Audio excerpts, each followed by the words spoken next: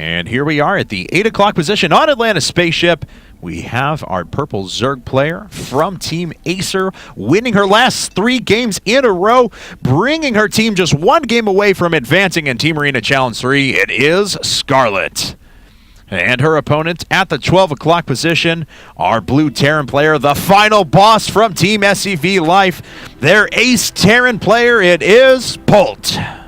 Yep, and if anyone can come back and save this thing, Polt is definitely one of the people who can do it. He's one of the players that still has pretty good TVZ in an era where Terran players are struggling a little bit. And one of the reasons why he does win a lot of his Terran versus Zerg games lately is that he is going for, that Hellion Banshee opening that we saw Center try a little bit earlier, but with albeit less success. Polt's the one who has really been bringing that to the forefront. He has a really strong bio-oriented heavy marine style to follow it up in Terran versus Zerg. So all in all, I think that's going to equip him pretty well to go up against Scarlett. But Scarlett, she's played so scary all day long, so I'm not expecting her to slow down in this game either. And here's a reminder as to what's coming up for the rest of the week. Tomorrow we're going to have MVP versus Coronte Esports. Coronte, kind of the Cinderella story of this tournament so far, on the back of a Vortex all-kill, actually, just recently advancing into losers round 4. So the winner of this match will play the winner of that match. Then on Thursday we're going to have EG versus Enes Hosa, and the winner of that match will play the winner of FXO versus Prime on Friday. So looks like Scarlett going to go for Hatch first once again. This is a very large map, and she decides not to go for that 3 hatch before pool we've sometimes seen Zerg players doing, and decides to slap down the pool on pretty normal time.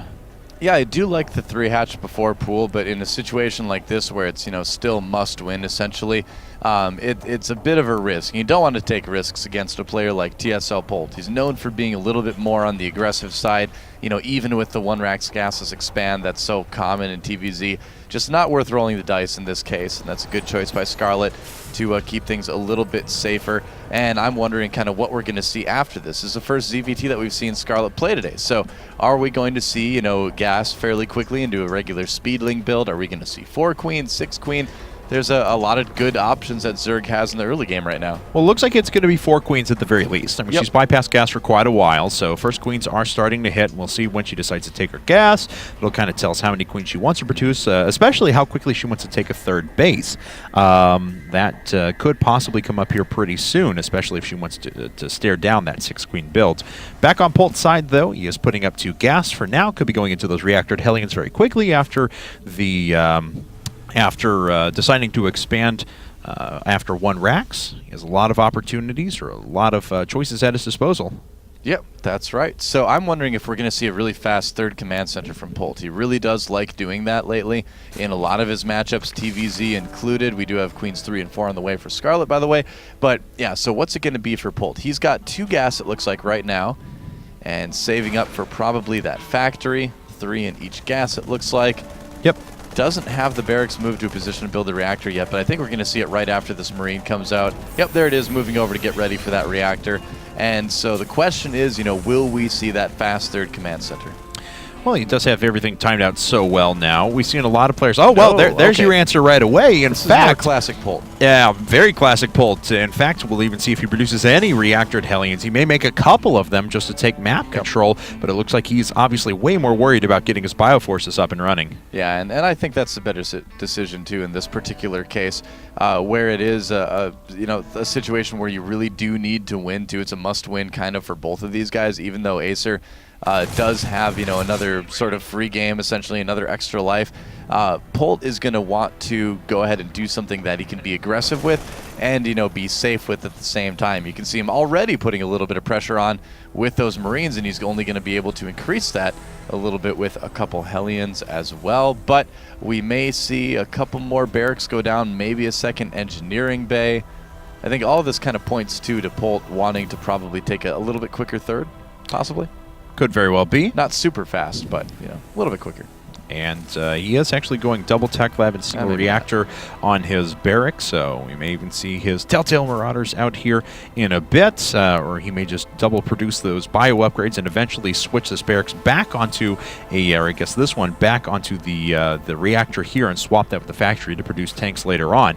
Scarlett, on the other hand, of course, her third base is coming up, and with that extra queen coming up, she will be on 5 total queens. So obviously her creep spread is going to reflect that. We'll be able to move out across the map very, very quickly. Yep. Double Evo Chamber 2 is going to help get those upgrades going really quickly. And if Polt does go for that very heavy Marine style, we may see Scarlett kind of respond to that in the way that a lot of Zergs do lately by going for that very heavy Baneling style. She doesn't have a Baneling nest quite yet, but it's something that I feel like all Zerg players should get right now. I was talking to Machine a little bit about this last night, and even though a lot of Zergs have been skipping it in the last few months in favor of that heavy upgrade Lingenfester Ultra style, it's still good to have that Baneling nest just in case. Queen's coming over to help reinforce now. Scarlett hadn't transferred any drones down there yet, so not a whole lot for the Hellions to kill, and they are going to back away without having done too much damage. 6 total Hellions out on the map right now, with 2 more on the way, and Polt continuing to double produce Marauders, Marines, lots of upgrades, and just throwing offensive units at his opponent. Yeah, I mean, he's taking advantage of the fact that Scarlett doesn't have that Baneling nest, because if your opponent doesn't have a Baneling nest, you can just go bio Hellion, and now Scarlett finally putting that one down. So when the push does come, she should be able to have at least a couple Banelings to handle it, but it's going to be pretty close. Polt's moving out right now to go after that third base, trying to sneak around the outside here, and this is what we've seen a lot of Terran players do. You know, they say, all right, you're not going to get your Baneling nest, then I'm just going to move out. I don't really even need to worry about splitting all that much, but it is good, though. It's really good that Scarlett does have the Baneling nest at least on the way. You know, it's going to give her a great chance of surviving this. Polt's style has always been so unique, you know, but when it's fit into the kind of the current metagame at its best, he just looks unstoppable at times. So, and now this push coming out does look very, very strong. Those Zerglings trying to filter their way in. There's still a lot of Hellions there. Look at the Marauders buffering most of the damage there, and the Zerglings are actually taking so much damage. A few of the Bioforces have finally gone down, but the Queens are taking quite a bit of damage as well. Yep, and that's the danger in going up against this. Polt lost a few more units than he really wanted to. He didn't quite get to scoot up against that wall like he would have preferred here, but it doesn't really matter. I mean, right now he's able to kill off a lot of Queens potentially. Zerglings coming in kind of piecemeal for Scarlett, not controlling those all that well. Has to fight with the drones, and this is exactly what Polt wants. It's going to give him a nice little economic boost here. A very nice economic boost as he's going up to his third base right now, and he's just killed 13 workers, and still this hatchery is under fire. That means all this time, no more drones are going to come up because she has to make Zerglings in order to prepare for this. Yep, more Marauders and Marines showing up as well. Look at that, Polt pulling the Hellions back behind the Marauders and the Marines, getting to roast those Zerglings, no problem.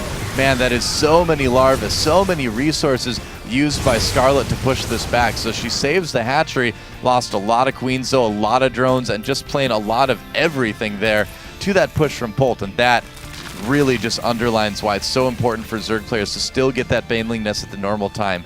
You delay, like a lot of Zerg players have been doing, and you leave yourself really open to pushes exactly like what Polt just showed us. Yeah, she just lost 116 units there. Yeah.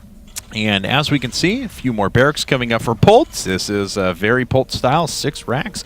Going to be on his third base here momentarily, and he's continuing to push in once again. Banelings are out, going to try and roll their way through, but they waste themselves a little bit initially on a Marauder, and then great target fire from Polt afterwards causes the other ones to explode on Marauders and nothing else.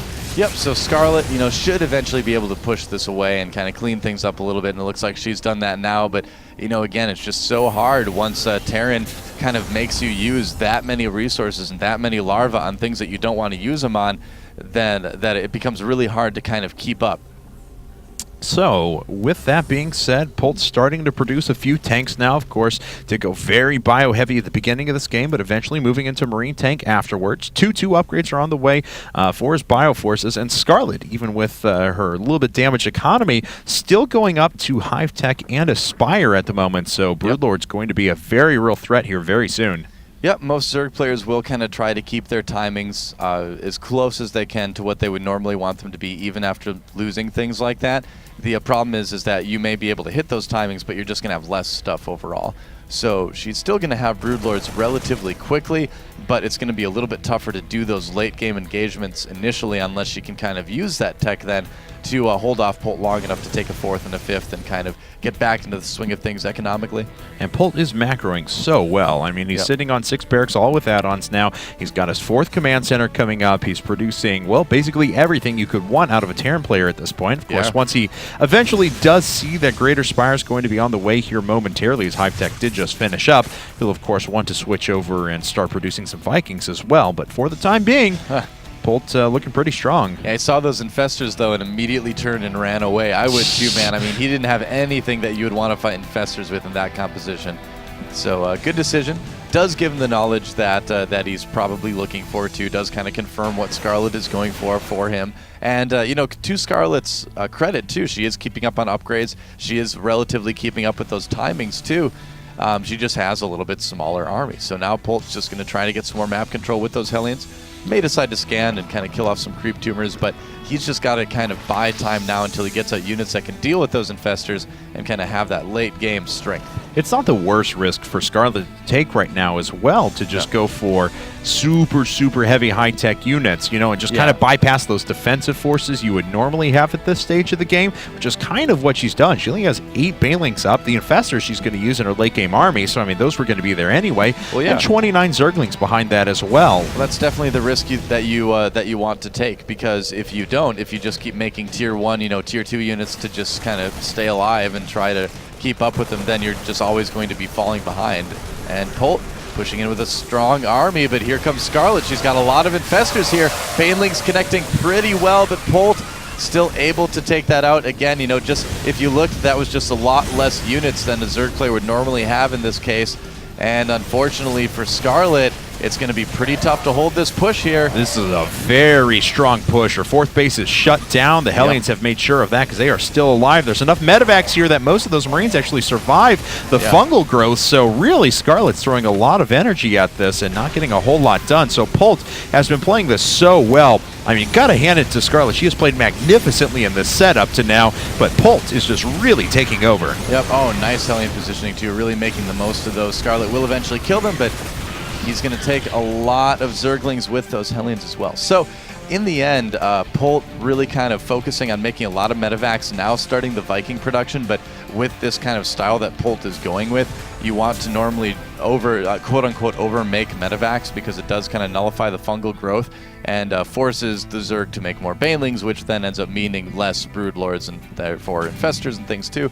So that's kind of the angle that Polt is going for here. He's finally taking his 4th base as well. Scarlett gets sort of a brief rest from all the craziness, but not for long because there's that drop going across the map for Polt. She does have really nice map control, though, of the top left-hand corner. Control of the Xel'Naga Tower in addition to this Overlord here, so she should be able to pick up on those medevacs quite clearly, and we'll see what she's able to do to react to those. 4 Broodlords are up, 4 more are on the way. Additional Corruptors being produced here in just a bit, and whoa, a lot of Zerglings taken out there by those forces from Polt in the middle of the map. And that does not help one bit.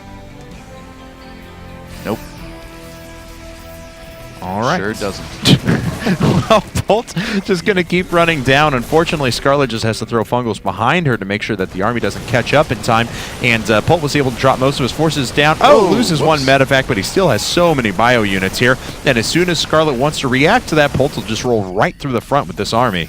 Yep, that's right. And the thing is, you know, Scarlett rather doesn't really have the Zerglings and Banelings there to handle this. Greater Spire getting focused down, getting so low, and it does go down. Infestation Pit is next, and Polt is doing almost irreversible damage here to Scarlett at this point. And Scarlett's just kind of caught in a catch-22 right now, because if she pulls her units away, she knows Polt's going to run right up to the front, but if she doesn't, Polt just continues to do damage inside of her main, and the Hive has fallen as well. She hasn't even been able to react to that yet, and Polt is just ripping Scarlett apart. Yep, that's right. The Hive is dead, the spawning pool is dead, everything's dead, and I think we may be seeing, unfortunately, the beginning of the end for Scarlett's really great run in this match. Decent fungal traps, the rest of those Marines there, so that drop will end up being taken out eventually. But it's really the army now that Scarlett has to worry about.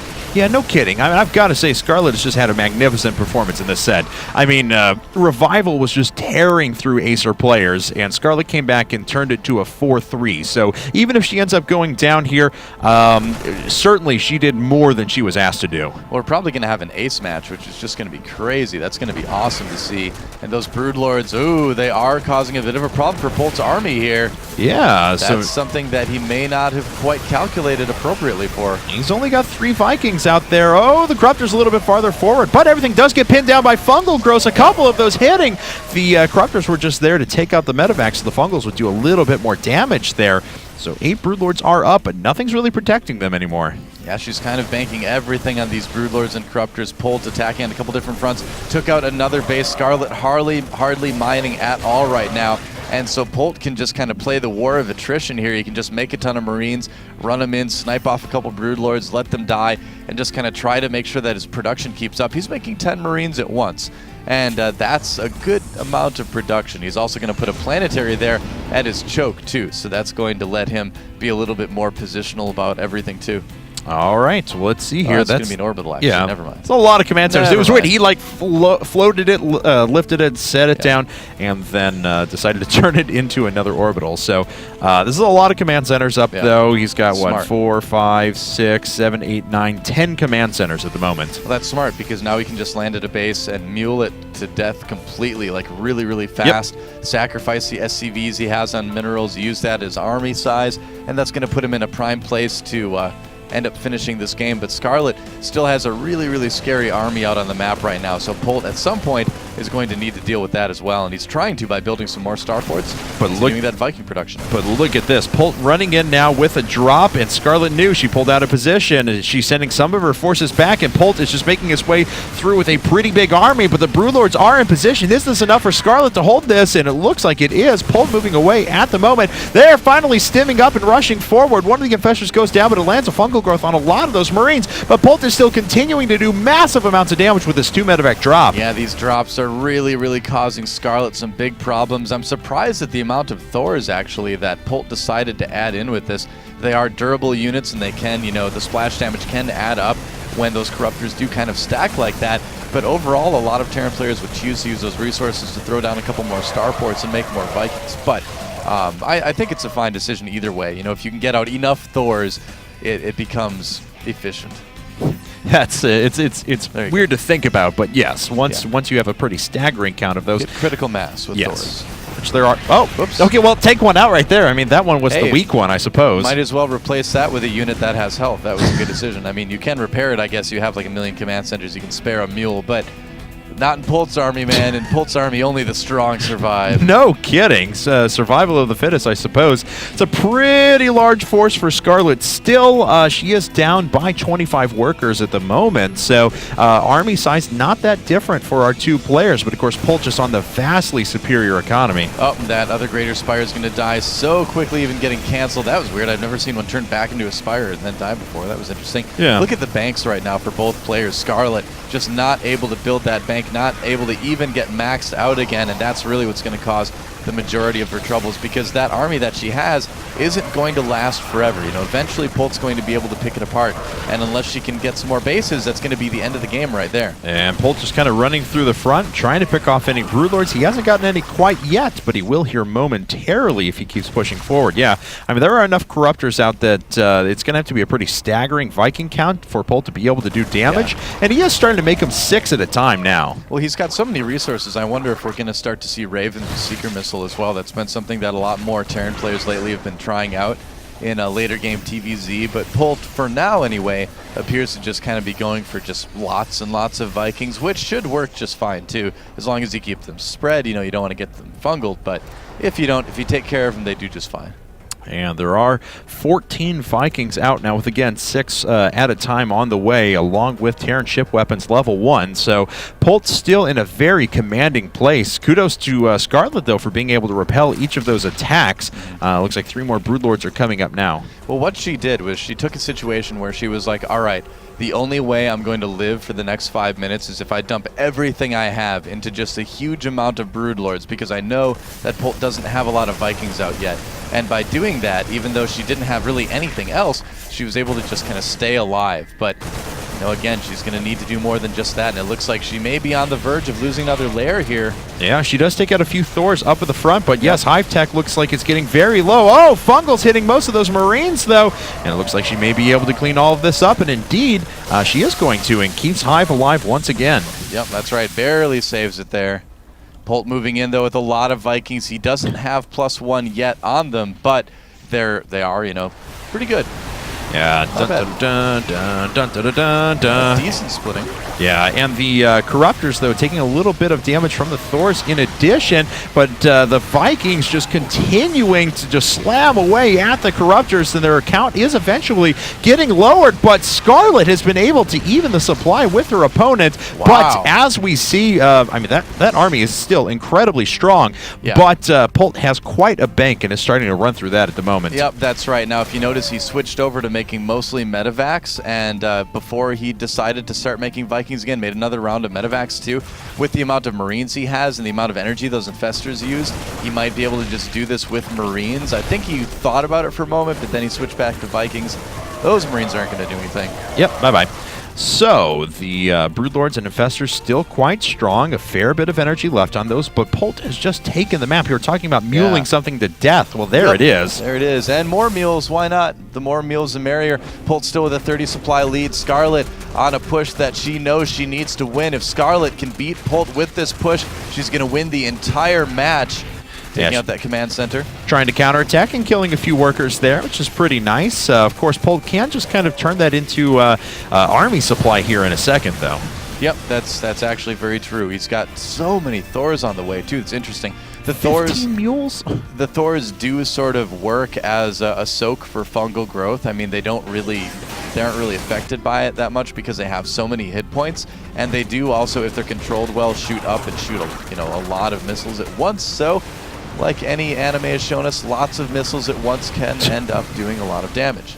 That is true. That's logic that you can't argue with right there. Oh, clearly, no. That's right. That's real life. Well, Scarlett has taken out this planetary fortress. She gets a pretty good fungal on the Vikings. The Vikings really are starting to pick away at the Corruptors, though. The Thors at the back trying to continue to dish out their damage as well. There's a lot of Infestors, but the energy is starting to dwindle away slowly but surely, and it looks like Polt is finally able to start turning the tides here. Yeah, Polt's bank just really saw him through there, and he was able to finally whittle down the Corruptor count, whittle down the Broodlord count. Now all it is one Broodlord. Make that no Broodlords and a ton of very lonely, low energy Infestors. Yeah, one of them sitting around here like, I still got full energy. Come on, guys, look at me. But he's going to die first, and that's the problem. Lazy. You deserve to die first. Yeah. He didn't even fungal to save himself. Ugh. Oh, there he did at the very end, but oh well. So Polt right now looking pretty good. It looks like despite Scarlett's best efforts, GG and Polt, TSL.Polt ties things up for his team.